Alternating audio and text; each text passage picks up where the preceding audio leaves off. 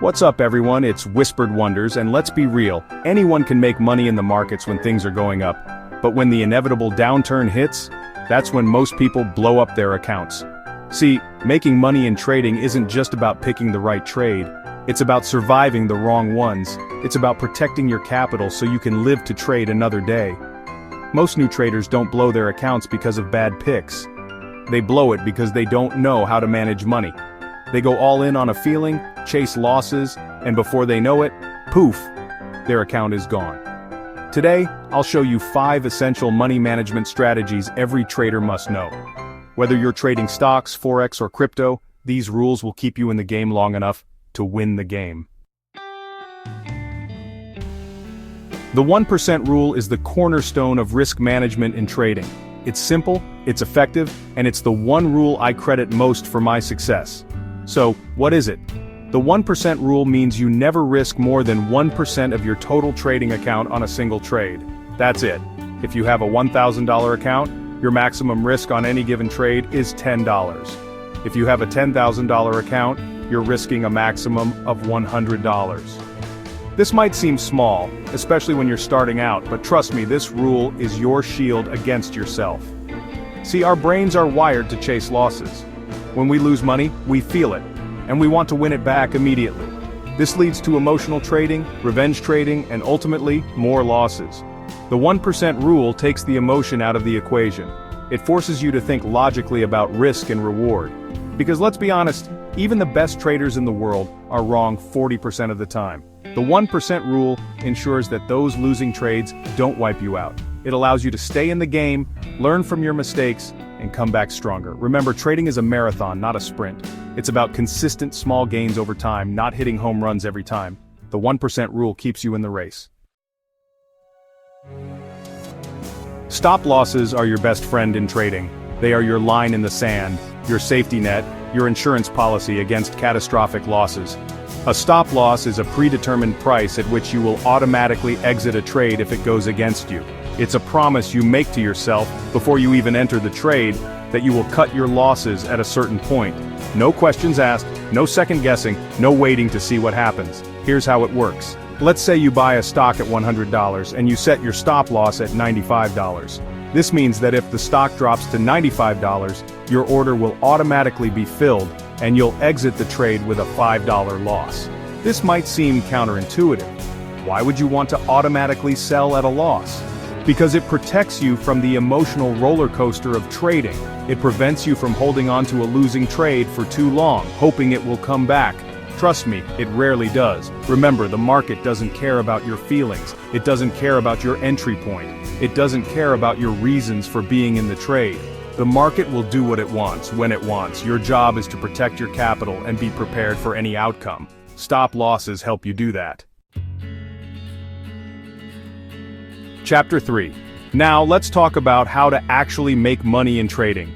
And that's where the risk-to-reward ratio comes in. This is a simple concept that can make a world of difference in your trading performance. The risk-to-reward ratio is simply the amount of potential profit you stand to gain on a trade relative to the amount of risk you're taking. For example, if you're risking $100 to potentially make $200, your risk-to-reward ratio is 1 to 2. You're risking $1 to potentially make 2. As a general rule, you always want to aim for a risk-to-reward ratio of at least 1 to 2. This means that for every dollar you risk, you're aiming to make $2 in profit. Why is this so important? Because it allows you to be profitable even if you're wrong more often than you're right. Think about it. If you have a 1 to 2 risk-to-reward ratio, and you win 50% of your trades, you're breaking even. But if you win even just 40% of your trades, you're still profitable. That's the power of a good risk-to-reward ratio. It shifts the odds in your favor and allows you to make money even if you're not perfect. Chapter 4. Leverage. It's the double-edged sword of trading. Used correctly, it can amplify your gains. Used recklessly, it can wipe you out faster than you can say margin call. Leverage is essentially borrowing money from your broker to increase the size of your position. So if you have $1,000 and you use 10 times leverage, you're essentially trading with $10,000. Sounds great, right? Well, here's the catch: leverage magnifies both your profits and your losses. If your trade goes in your favor, you make 10 times the profit. But if it goes against you, you lose 10 times as much. And trust me, losses hurt a lot more than wins feel good. So, how much leverage should you use? The answer is simple, as little as possible. When you're starting out, I recommend trading with no leverage at all. Get comfortable with the markets, develop your strategy, and build your confidence before you even think about using leverage. If you do decide to use leverage, start small and gradually increase it as you gain experience and consistency. And remember, always use strict risk management when trading with leverage. Chapter 5. This last point might seem counterintuitive, but it's one of the most important lessons I've learned in my trading career. Sometimes the best trade is no trade at all. The market is always going to be there. There will always be opportunities to make money. But you don't have to trade every single day. In fact, some of my most profitable periods have been when I've stepped away from the markets completely. So, when should you not trade? First and foremost, never trade when you're emotional. If you're feeling angry, scared, greedy, or euphoric, step away from the computer. Emotions cloud your judgment and lead to impulsive decisions. Second, don't trade when you're tired. Trading requires focus, discipline, and mental clarity. If you're exhausted, you're more likely to make mistakes. Third, don't trade when you're chasing losses. We've all been there. You have a few losing trades in a row, and you're determined to win your money back.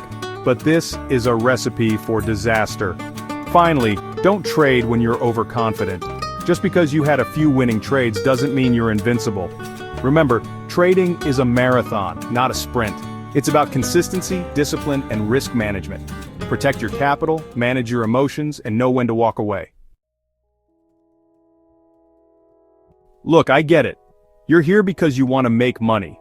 You want to grow your account, achieve financial freedom, and live the life of your dreams. And there's nothing wrong with that. But here's the thing. Most traders focus on making money. But the real pros, they focus on protecting it. They understand that trading is a game of risk management, not prediction. They know that they can't control the markets, but they can control their own actions. If you manage risk well, protect your capital and stay in the game long enough, the profits will come. Because in trading, you're not rewarded for being right. You're rewarded for being consistent. So go out there, trade smart, trade safe, and I'll see you on the charts.